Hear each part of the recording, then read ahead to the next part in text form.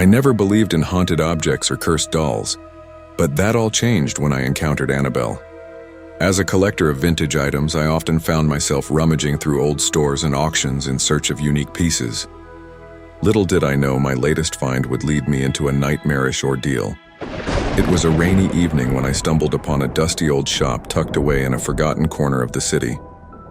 The sign above the door read "Antiquities Curiosities." Intrigued, I decided to step inside.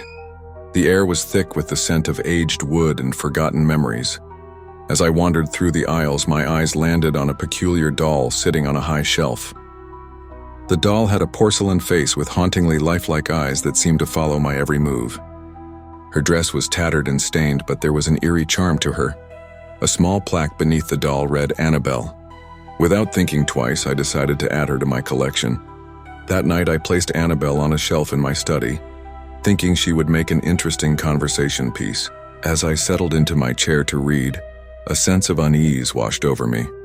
The room felt colder and the shadows seemed to dance in the corners of my vision. Shaking off the feeling, I focused on my book, convincing myself it was just my imagination. Hours passed and the clock struck midnight. I decided it was time to call it a night. As I stood up, a soft, almost imperceptible whisper echoed through the room. My heart raced and I glanced at Annabelle, her eyes locked onto mine. I tried to rationalize it, telling myself it was just the wind or the old house settling. But the whispers grew louder, more insistent. It sounded like a child's voice, giggling and chanting in a language I couldn't understand. My skin prickled with fear, and I backed away from the doll, my breath coming in shallow gasps. Suddenly, the room plunged into darkness as the lights flickered and went out.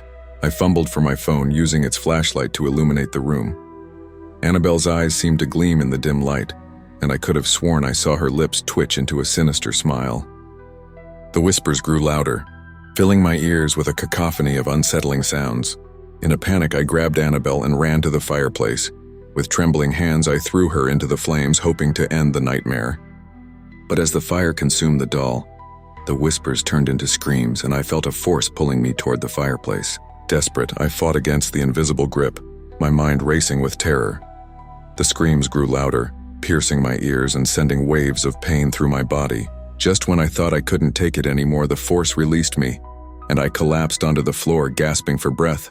The room was silent once more, the only sound the crackling of the fire. Annabelle was gone, reduced to ashes. But the experience had left its mark on me. I knew then that some things are better left undiscovered, and some curios